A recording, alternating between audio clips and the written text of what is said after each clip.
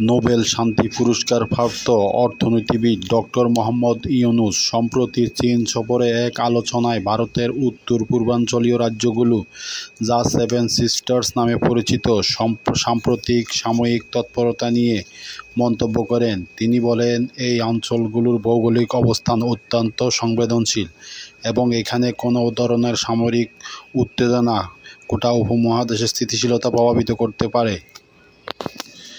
বিশেষজ্ঞদের মতে, ভারতের সাম্প্রতিক পদক্ষেপ ওই অঞ্চলে চিকেন নেক শিলিগুড়ি করিডোর নামক সরু ভৌগোলিক অংশের নিরাপত্তা জোরদার করতে সেনাবাহিনী ও ভারী সমরাস্ত্র মোতায়েন করেছে। সিকিম ও অরুণাচল প্রদেশের সীমান্তবর্তী এলাকায় এই সেনা মোতায়েন বৃদ্ধি লক্ষ্য করা যাচ্ছে।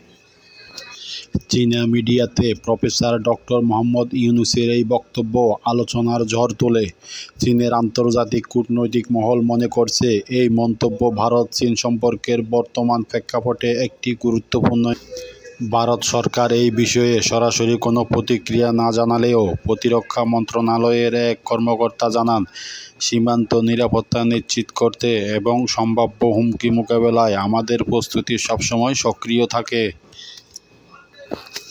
আন্তর্জাতিক সম্পর্ক বিশ্লেষকরা মনে করছেন, প্রফেসর ডক্টর মোহাম্মদ ইউনূসের মন্তব্য কোনো রাজনৈতিক উদ্দেশ্যে নয়, বরং আঞ্চলিক শান্তি ও সহযোগিতার প্রতি তার ব্যক্তিগত অঙ্গীকারেরই প্রতিফলন। তবে এই মন্তব্য ভারত-চীন সীমান্ত সম্পর্কের চর্চার নতুন মাত্রা যুক্ত করতে পারে। Tofazzal Hossain, TV channel 24, Dhaka.